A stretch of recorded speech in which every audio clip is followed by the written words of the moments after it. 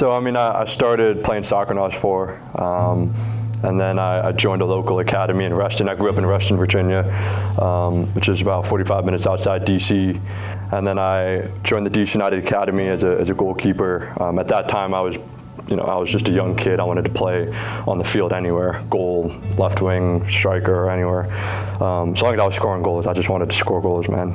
And then, I went into the goal at DC United to need a goalkeeper, and I joined them from U12, worked my way up to U17, and then I went up to the USL team, which was Loudoun United at the time, which is the reserve team of DC United. I was training with them at 16 years old, and then I permanently moved to them when I was 17, so I was there for about a year or 2 years, hopping up and down from the first team as well, training with MLS veterans and whatnot, and then after DC, JMU is a local college, and they knew about me obviously because I was in an MLS academy, and you get a lot of great recognition there, and they wanted me to come in right away and try to earn the spot, and it was very appealing, and yeah, now I'm back here, and just transferred over to University of Kentucky for my last year, and then coming back here every summer. It's been a blast with you, and having a good time here. So yeah, just kind of start from finish. I got a text from my assistant. He was like, there's a team in Mississippi asking about me and Dimitri, if you remember Dimitri. And I didn't know anything about Mississippi or the team. Matt was the original coach, reached out to me, kind of told me about the organization, told me about what you've been doing and kind of the goal of the team and the community and what you guys do down here. And I was very intrigued by it, and that's how I first learned about it. I've heard from other players what other USL2 teams are. I've experienced it firsthand my freshman year. There's very few like the one that we have here, and what you've done here, and the resources, the community, just the area alone. I mean, it's down south. It's very nice, church-going folks that it's a good place for me to be. No distractions, just playing the game. It's eat, sleep, train, repeat. And ultimately, this summer is so important for me for the fall, especially if you look at last year. I had my best season, and I would say 85% of it was down to you guys.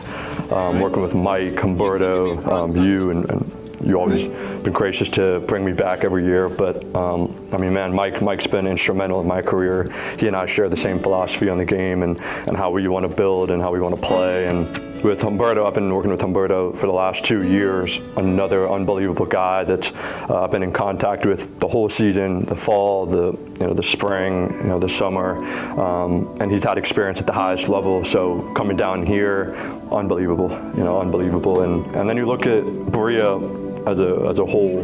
I mean, first you look at the community, like down here, and yeah, the soccer side of things. But I talk about my previous USL club. I mean, we were training twice a week, and guys, from 9 to 11 o'clock at night.